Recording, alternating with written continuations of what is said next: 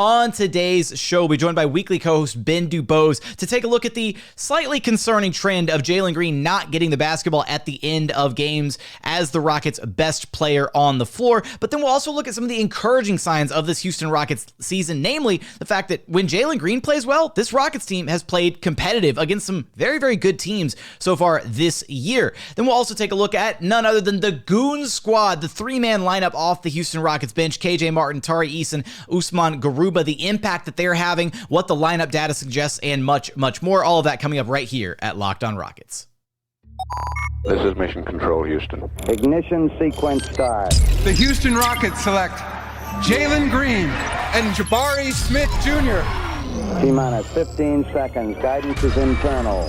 Every time I step on that floor, I'm coming. You're getting somebody who's going to come in with a chip on their shoulder, somebody who's going to come in and compete from day one. 6, 5, 4, 3, 2, 1.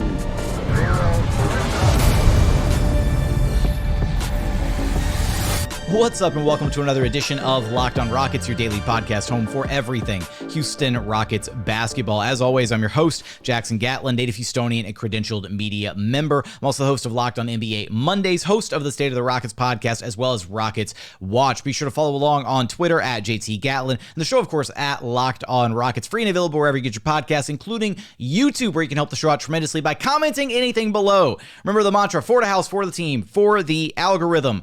Go comment anything on the YouTube channel. It helps out a ton. Now, today's episode is brought to you by LinkedIn. LinkedIn Jobs helps you find the qualified candidates you want to talk to faster. Post your job for free at linkedin.com/lockedonnba.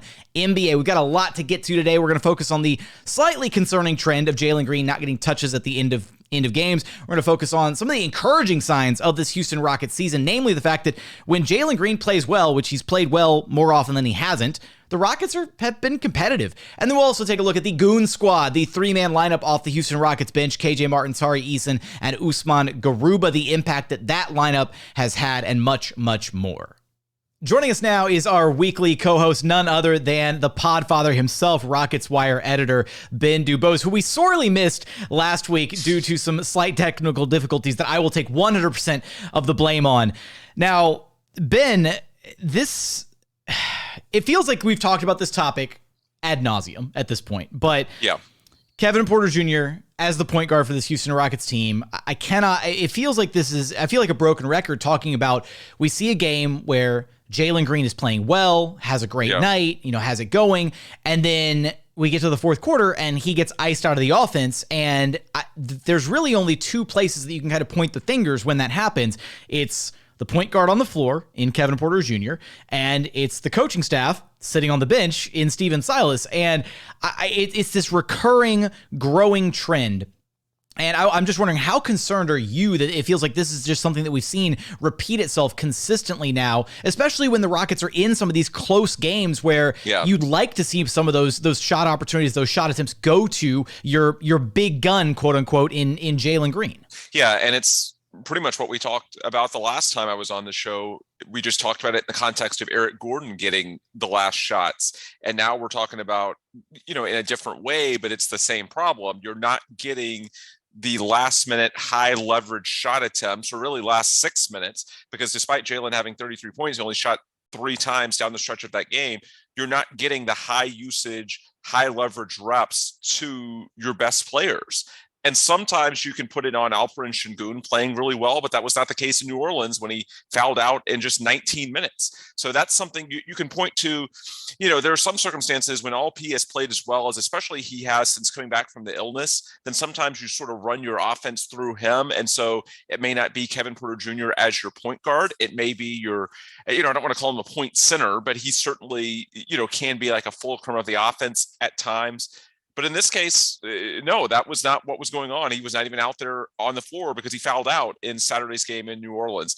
So it's very frustrating. I don't want to put it all on the feet of Kevin Porter Jr. I think there's some blame to go around for the coaching staff as well. I actually thought, when I went back and rewatched the fourth quarter today, when it comes to Kevin Porter Jr., I think you should almost split his turnovers into 2 buckets.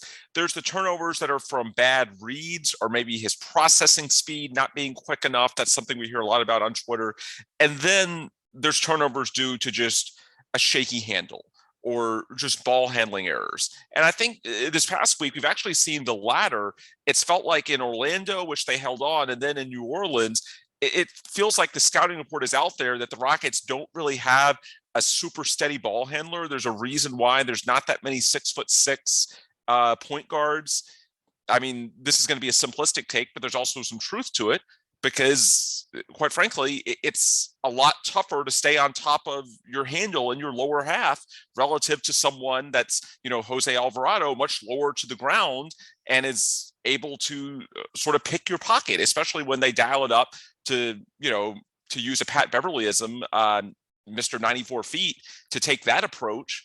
And that's what we've seen Orlando and now New Orleans do, and just force some sloppy things before the Rockets can even get into their half-court offense. So to me, it's a perfect storm. I didn't really see, I guess, the silver lining, too many terrible decisions from KPJ in the half court, but I think there was a lot of not even getting into the normal half court sets to begin with. You had a couple of Eric Gordon possessions when thrown into the mix as well, where he just went, it looked like basically an and one mixtape, as opposed to trying to actually get his teammates involved. So it's tough. I mean, the turnovers for KPJ are up there. I don't know if they're, more or less correctable, in that, it's less about the reads this time, and it's more about just the technique. The Rockets don't really have another guy they trust to bring the ball up the floor. It reminds me a lot of, when James Harden was the only point guard pre-Chris Paul, pre-Russell Westbrook, the way Marcus Smart would just pick him up 94 feet if the game was there for the taking. And James Harden, for all his great decision-making when it came to reads, now he processed the court, just the sheer ball handling, when he was really pressed 94 feet, could give him problems at times. It feels like that's what they're doing to Kevin Porter Jr., and that's what it feels like to me. I know I've given sort of a roundabout answer to that, but it's just hard because there's not one flaw. It's not like you can say, well, if KPJ just gets more used to it and can read this situation a second or two more quickly, then that's what's going to be the solution. No, there's a lot of blame to go around, and it's in so many different areas. And I don't want to look. I was maybe a little bit overly negative than I usually am in the recap immediately after this game against the Pelicans, because it really felt like we got baited into thinking the win was there, right? Like the comeback happened, they were on top. Yeah, from 26-point swing. Down 18 on top 8, and you're thinking like, wow, they're gonna and to be fair, the Pels have off to rough start this season, so it's not like you're knocking off the Utah Jazz, a juggernaut in the NBA. Right. No, but legitimately, it was frustrating because you saw so much. You saw the flashes of talent. You especially saw a really promising night from Jalen Green, and then it all kind of started to fall apart there in the fourth quarter. But one thing that I do want to reiterate here before we move on to our next segment is just, I definitely have kind of transitioned a bit more so from, the issues that we're seeing are directly to the fault of KPJ versus Kevin Porter Jr. is running a system that feels out of place. And he's also kind of out of place in this system because it's like trying to fit a square peg into a round hole. He's not a point guard. And it's okay. We've done this song and dance for a year. We've seen, what this could potentially be, and they're going to probably stick with it for a little bit longer. It's not done just because I'm here griping about it on a podcast, but it does kind of feel like we have enough of an idea that, hey, he's not going to be the long-term answer as a full-time point guard. And he's kind of playing out of position because he's a better secondary creator, a guy who can play off the ball and be that secondary presence offensively, that dynamic, guy playing off of another more traditional point guard, if you will. And so I'm trying to kind of realign my ability to analyze this stuff under that context, because in that light, I think you're looking at two guys, Jalen and KPJ, who both had, a mountain of turnovers in this game, 7 for KPJ, 5 for Jalen, two dynamic, creating, scoring guards who were doing their best to create for their teammates, but were making some poor decisions throughout the game. And Jalen made the bulk of his early in that first quarter. Kevin Porter Jr. unfortunately made the bulk of his late, and then subsequently the Rockets also couldn't hit anything from the floor. They were 1 of 10 shooting in that fourth quarter. So it all kind of culminated in what was that really disappointing L. But I do want to focus on some of the positives, which actually, if the number one positive is Jalen Green looks like a freaking superstar. The fact that he can absolutely turn on the scoring at will, it feels like. I want to talk about what the eye test says versus what the numbers say. We're going to get there, but first, today's episode is brought to you by LinkedIn. These days, every new potential hire can feel like a high-stakes wager for your small business. You want to be 100% certain that you have access to the best, most qualified candidates available. That's why you have to check out LinkedIn Jobs. LinkedIn Jobs helps you find the right people for your team faster and for free. And it's so easy to create a free job post on LinkedIn Jobs. And once you have the job post made, all you have to do is add the purple hashtag hiring frame to your LinkedIn profile to spread the word that you are hiring. Simple tools like screening questions make it incredibly easy to focus on candidates with just the right skills and experience, so you can quickly prioritize who you'd like to interview and hire. It's why small businesses rate LinkedIn Jobs #1 in delivering quality hires versus leading competitors. LinkedIn Jobs helps you find the qualified candidates you want to talk to faster. Post your job for free at linkedin.com/lockedonnba. That's linkedin.com/lockedonnba to post your job for free. Terms and conditions apply. And continuing on here at Locked On Rockets, your daily podcast home for everything Houston Rockets basketball. Now, Ben, we kind of discussed there in the first segment some of the frustrations that led to that loss and some of the concerns, but at least the number one positive should be Jalen Green looks good, and he's looked good a few games in a row. And he's back to looking like the Jalen Green that was scoring over a point per minute in preseason. Yeah, and while the season-long efficiency numbers are, even with this recent stretch, just okay, the truth is that for most of this season, he's been really, really good. You just had that disastrous 4-game road trip. So, if you drill down a bit deeper, I know, it would be cherry-picking to say, well, let's just throw it out altogether. But there have been many more games that he's been very, very good than even, I would say, average. It just so happens that his 4 games that he wasn't very, very good were just awful. And, it is what it is. That leads to the season-long numbers being pretty good. But, the true shooting percentage, last I saw, 54, 55 in that range, about what it was a year ago. But again, there's clearly room for growth because of your 13 games as we're recording this. The vast majority, I would say, at least 8, and I believe 9 have been very, very good, and it's trending the right direction. He hit that first patch of adversity and responded. So I'm very encouraged by him. And the other thing that I would say in terms of positives, look, the Rockets are giving themselves chances. When we last spoke 2 weeks ago, before our technical glitches last week, we focused on the meltdown at Staples Center, or now the Crypt, that Clipper game that they led by 5 late before Paul George took it over, and we'll see if the Rockets get some revenge against them on Monday night. But that was one of the only games of the first 8 or 9 that was actually there for the taking when it came down to crunch time. Now the Rockets have consistently gotten better. It's just this recently concluded road trip. They won in Orlando, but they built up a 16-point lead and sort of had to hold on for dear life. They gave themselves a chance in Toronto and New Orleans, couldn't close the deal. Jonathan Fagan had a stat that, definitely it's pretty sobering. The Rockets, their close and late offense, the last 5 minutes of games that are close, it's 40 points lower than the Lakers for the season as a whole. And the Lakers have the NBA's worst offense. So that puts into perspective how dreadful it's been. Yet it does remind you that the Rockets do have a higher gear than that. There's a reason the Rockets don't have the worst offense in the NBA for the season as a whole. There have been bright spots. And if you keep putting yourself in these situations, then maybe you can learn from it and get better. Because a couple of weeks ago, the Rockets were not even close enough for us to be having this discussion with, a couple of outliers like that Clipper game excluded. By and large, the Rockets were not even giving themselves a chance against teams like, I know they're not perfect, but Toronto and New Orleans, those are talented teams. You're playing them on the road, winning organizations, and you had a situation in both of those games where you could have won it with some better execution late. It didn't happen, but I think that's part of sort of the growing process. So that's the good way to look at it, is that, the Rockets undoubtedly have gotten just their overall level of play. The Rockets are much more competitive now than they were a couple of weeks ago. There is progress. It's just, it doesn't feel that way because the Rockets, they spend so much of the first 42 minutes looking competitive, sort of teasing you, if you will. And then it feels like the final 5 or 6 minutes, they can't get out of their own way. They're also not getting the shot attempts, not enough of them, at least, to the guys you're really trying to develop, like Jalen Green, like Alperen Sengun. We've talked about that before. And whether that's Stephen Silas, Eric Gordon, Kevin Porter Jr., we could go round and around. I think it's a combination of things rather than one. But the positive is that they are giving themselves more chances late in games than they have before. And hopefully if they do this going into a stretch now where 5 of the next 6 are at home, maybe that's the ticket to getting over the hump. And maybe, learning from the film room of this is hopefully the ticket to getting Jalen Green more of those reps when everything's on the line, because right now he's clearly your best option when it comes to, having someone just go out and make a play, be it, making a shot over somebody, creating off the dribble. He's clearly your most talented player, and he's showing you over this past week or two.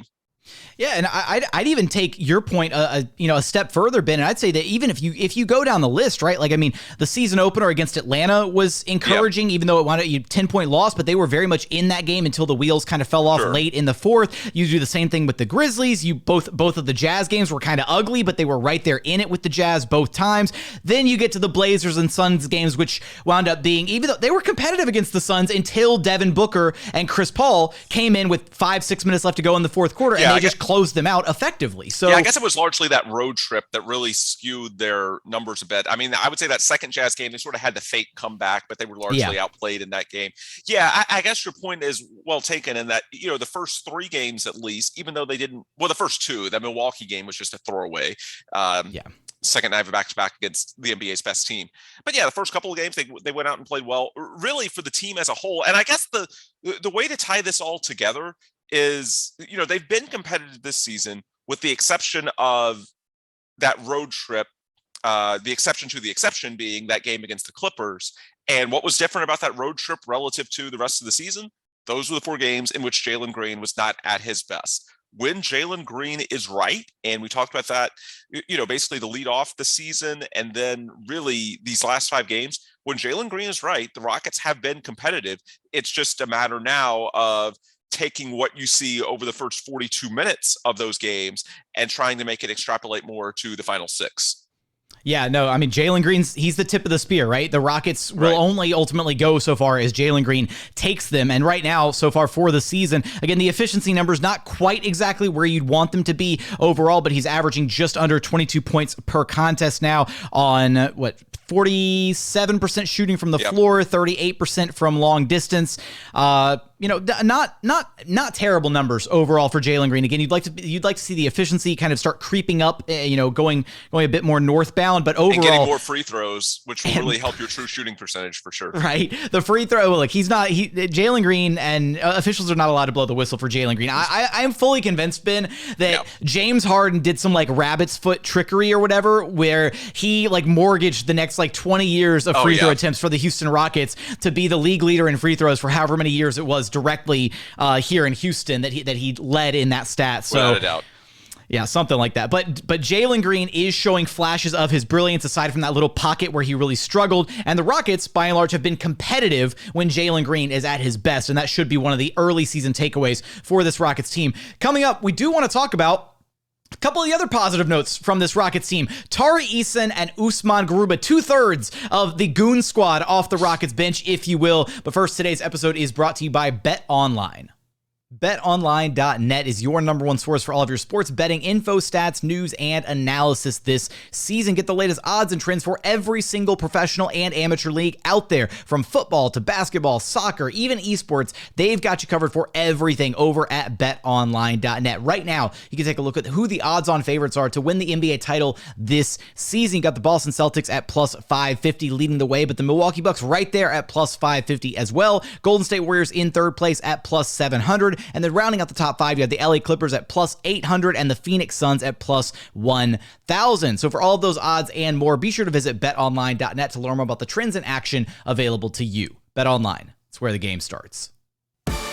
And final segment here at Locked On Rockets, your daily podcast home for everything Houston Rockets basketball. As always, appreciate you for making LOR your first listen. For your second listen, go check out Locked On Sports Today. From the games that matter the most to the biggest stories in sports, go beyond the scoreboard and behind the scenes with local experts and insights only Locked On can provide. Locked On Sports Today available on this app, YouTube, or wherever you get your podcasts. Now, Ben, the Goon Squad has been one of the best revelations of this season. First off, I love the nickname as dubbed by Ryan Hollins. And then 2, it really does feel like that trio off the Rockets bench of KJ Martin, Tari Eason, and Usman Garuba are really all starting to find their rhythm. They're all starting to play really well with one another.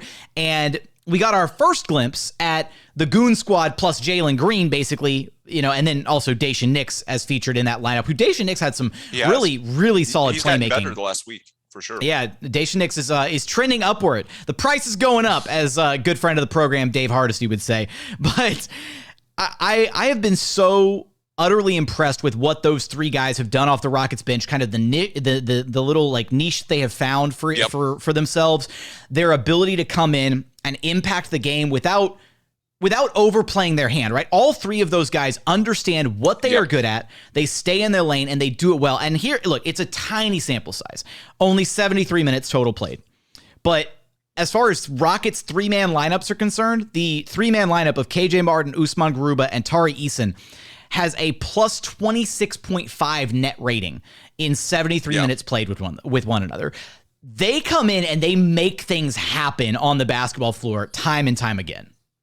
Yeah, absolutely. The one hesitation that I have is buying into Tari's early 3-point shooting numbers, which are a pretty small sample. But if he can keep it even just passable, like let's say mid-30s, enough to keep defenders honest, then that's enough to where the off-ball movement from both of those guys, KJ and Tari, is really going to put a lot of pressure on defenses, because if you're in the mid-30s, that's at least enough of a threat to where they have to consider you viable. And then the off-ball movement with a guy that's just a fantastic passer and really sees the floor so well, like Usman Garuba, it's dangerous. And then defensively, there's just, there's length, there's athleticism.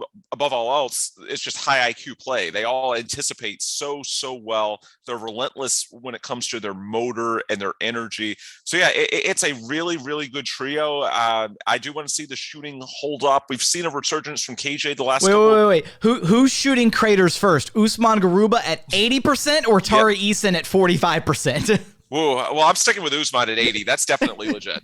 That's definitely legit. Currently on high volume 4 or 5 shooting from three from the floor. My God, when Usman hits a three, Ryan Hollins loses his mind. I mean, he does it anytime Usman does anything, but even by Ryan standards, when Usman hits a three, my God. It is exhilarating to hear Ryan Hollins call a game. And like you said, when he gets so excited for Usman Garuba, get it, Uzi! Like he's just losing it on the broadcast. The one thing that I will say, though, about this, so it sounds so easy to say you've got to play these guys more minutes, but whose minutes are you taking away? Eric Gordon, as long as he's on the roster, is going to be, I guess you'll have to give him 30. I guess you give him 25, but you're certainly not going to give him less than 25. I don't think. I think that's where a lot of Rockets fans, currently, not because of his own fault, but I think that's why Eric Gordon is rubbing a lot of Rockets fans the wrong way, is because they see some of the flashes, some of the talent from the other young guys, and he's in the way. Yeah, I'm gonna get there in just a second. Jabari Smith is going to play 30 minutes just because he's the number 3 overall pick in the draft. The year is about development for him, and he is getting better. He had 15 and 10 in Toronto. Last night he had a career high 15 boards. The shot still is not there, but he's definitely making an impact in other ways, better than he was his first couple of weeks. So as long as that shot comes around, and again, we have way too much of a sample with regards to his shooting to panic at this point, then ultimately, you're not going to say he's going to be good as a rookie, but he's going to be a lot better than he was to start the year. And he's definitely going to be worthy of someone that you play 30 minutes a game to develop.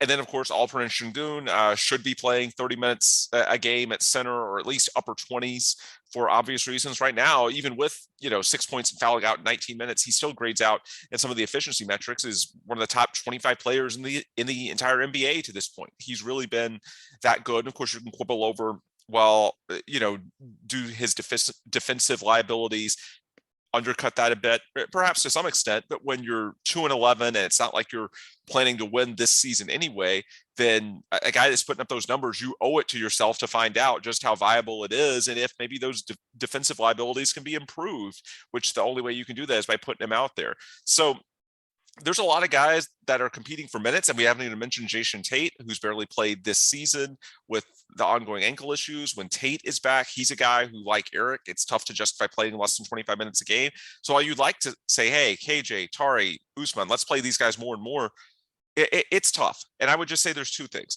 First off, it's going to be a huge test for the Rockets whenever Bruno Fernando comes back. I don't see how you can put Bruno Fernando at least back in the starting lineup. I wouldn't put him in the rotation at all, because it's just so tough to play 3 centers. And Usman Garuba has showed you to this point he's worthy of minutes. You have to play Sengun, and I think Garuba has showed you at this point, it would be a mistake not to at least give him 18 minutes a game and see what you've got there off the bench. He was a first-round pick for a reason. This is a year before you have all the cap room. You need to find out what you have in guys like that. Bruno Fernando is someone that, when players inevitably get hurt, he can step in and get minutes, but it's not like you're expecting him in the grand scheme to really be a difference maker for you. So I know you had these plans going into the season of starting Bruno. We talked about this going in, but honestly, sometimes circumstances change. And the way Sengun has played, the way Garuba has played, I just don't know where the minutes for Bruno comes from. And it's going to take, Steven Silas just sort of, acknowledging that, hey, the circumstances are different now than a month ago. I hope he does, because to me, playing Bruno Fernando more than, at the most, 5 or 10 minutes, and if it's that small, then what's the point? That's really going to eat into, your available minutes for the Tari, KJ, and Usman tier. And the other thing that I would point out is that this really makes the case for trading Eric Gordon a lot stronger. I think in the past, the Rockets have held firm on this idea that they need him because of the veteran presence. And also they have a certain price. He's worthy of a first-round pick that isn't especially low in a bad draft. And if they don't meet that, then they'll hold on to him. Well, at this point, you have these young guys that perhaps are more ready to play than people expected, at least in terms of Tari and Usman. I don't know if people said for sure over the summer that they'd be rotation players this year. It looks like they are. And in terms of the veteran role, look, you're going to have all this cap room this summer. You can sign veterans and probably will sign veterans with that. You could even re-sign Eric Gordon because he's going to be a free agent in all likelihood, assuming his option isn't picked up, if you want to bring him back and you see a need for that.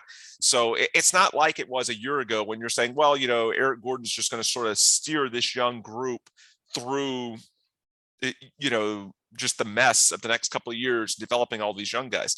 No, we're going to come to a point, and it might even come sooner than the deadline. It might even come like around December 15th, the unofficial kickoff of trade season, because it's when the offseason guys can get dealt, in which the Rockets say, look, there's a minutes crunch. And I just don't know how you can play both Gordon, Tate, and all these guys that we've been talking about. Somebody, something has to give, somebody that you need to develop that's more important in the grand scheme than Gordon or Tate, and especially Gordon, because of course he's a few years older than Jae'Sean is.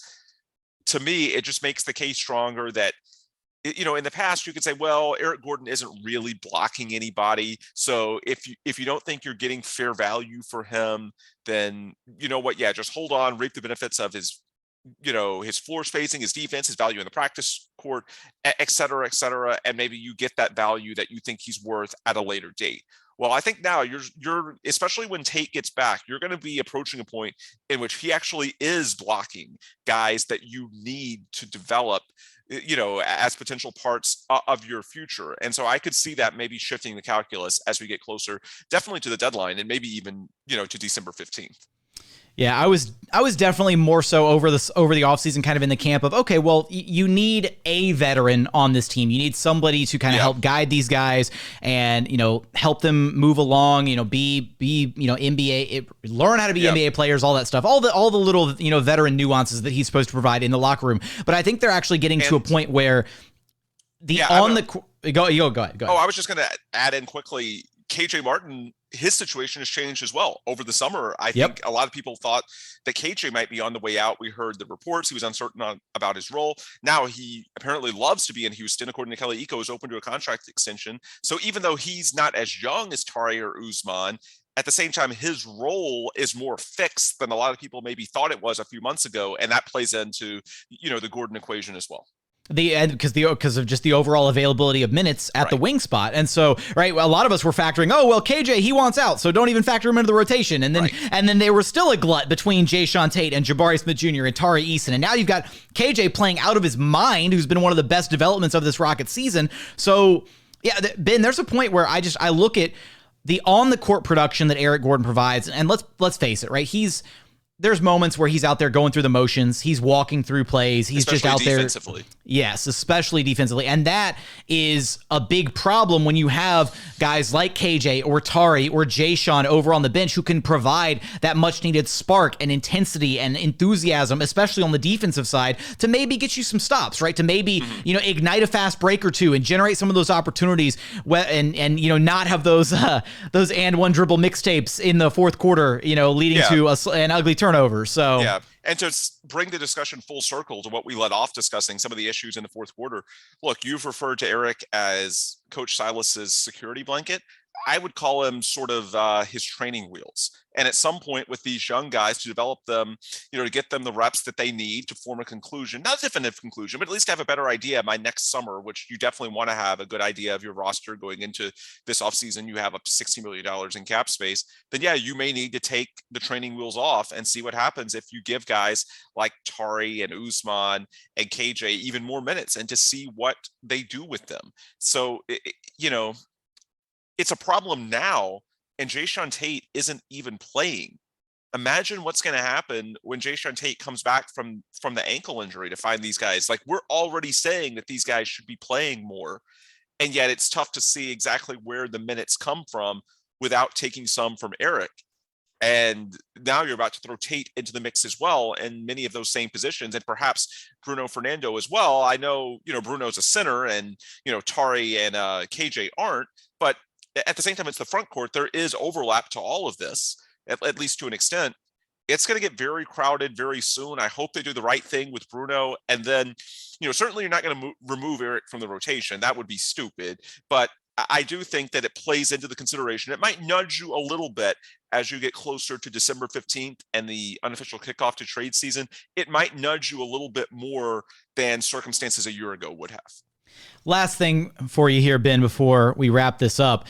Is there a world, do you think, where the Rockets adjust Eric Gordon's role to where he is coming off the bench once again in his career here in Houston, and then they start somebody like a KJ Martin in that 3 spot, or even, maybe a Jae'Sean Tate in that 3 spot? Or do you think that when the Rockets are ready to move on from Eric Gordon, it's going to be full stop, like just, all right, Eric, you're traded and you're gone, and then that's how they kind of resolve the minutes crunch? Because I would love to think that there might be a possibility of Stephen Silas just having that hard conversation with Eric Gordon and being like, hey, we love you for what you provide. You're a great veteran presence for us. But right now, we need you in this role off the bench. We don't need you in the starting lineup anymore. We need to give those minutes and that opportunity elsewhere. I don't necessarily know if I think that's what's going to ultimately happen. I think it's going to have to be like rip the Band-Aid off type thing. I think it's probably going to be that, only because it's not worth the reward. Like, having that hard conversation at the end of the day, look, if he's still on the team and in the rotation, and we're not talking about a John Wall situation in which he's permanently ramping up but not playing, then what does it really do? It might free up, take his minutes down from like 31 to 23 or 24, but at the same time, you're going to be bringing Tate back, you're going to be bringing Bruno back. I mean, at the end of the day, does that really move the needle? And so you also have to factor in, are you perhaps lowering his trade value a little bit by giving him less, counting stats, less visibility? I just don't know that they're going to view those like 7 minutes a game as really worth that conversation and any awkwardness that results. I guess one way I could see it is if maybe not only could you say take him down from 31 to like 24, but if maybe you played him more as like a backup point guard. But as we mentioned earlier, Daishen Nix has started playing better over the past week himself. And so I'm not sure you want to remove Daishen from the rotation, or, you also want to at least leave the door open to Josh Christopher, a first-round pick from a year ago, perhaps, having a resurge back into the rotation, a resurgence, if you will, to something closer to when he was at his best in the first half of last season and showed some flashes. So, even that path is not clean. It's like, I guess you could put him more in the backcourt, and, I guess like between us, I would rank definitely Daishen and Josh as well as like a slightly lower tier of prospects relative to Tari and KJ. But still, even if Eric was open to doing something like that, and by doing so, it'd be closer to maybe 15 minutes instead of 8, because it's not just the 8 overall minutes, it's that you're using different spots that maybe allow you more minutes for guys like Tari and KJ in the front court. It's just, it doesn't really dramatically change the situation. To me, it's just more likely to be a Band-Aid ripped off. I'm sort of with you on that. I think it's just, unless you're willing to go the John Wall route, to me, just an incremental bump here or there is not going to dramatically change the picture, and it might even hurt the value a little bit. So at this point, we're also in mid-November already. We're only a month away from sort of trade season getting here anyway. And we've started to see the last couple of years in December, more and more deals. Teams are ready to act earlier in the season to give them more time to sort of integrate their pieces with the roster. So when we're sort of inside a month anyway to the period in which things could really start to happen around the league, at this point, I tend to think that they just sort of ride it out and then revisit this in December. With that said, if there's not a deal in December, then yeah, at that point, maybe you start to say, hey, maybe there's some incremental bump that we can get. But at least until then, I say just ride it out and let's see where we are come December 15th. Letting Eric Gordon ride off into the sunset as a small forward on the Houston Rockets. Ton of fun. What a way to wrap up the episode. Ben, you know the drill. Let everybody know where to track you down at.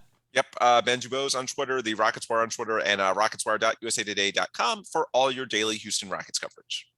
That's going to do it for another edition of Locked on Rockets. As always, thank you so much for checking out the show. If you haven't done so yet, please consider subscribing wherever you listen to your podcast. That's Apple, Spotify, Google, the Odyssey app, free and available on all podcast platforms. We're also available on YouTube. Just go to YouTube, search Locked on Rockets. Be sure to like, comment, and subscribe. But as always, thank you so much for watching. Thank you so much for listening. And we look forward to having you back right here at Locked on Rockets, your daily podcast home for everything Houston Rockets basketball.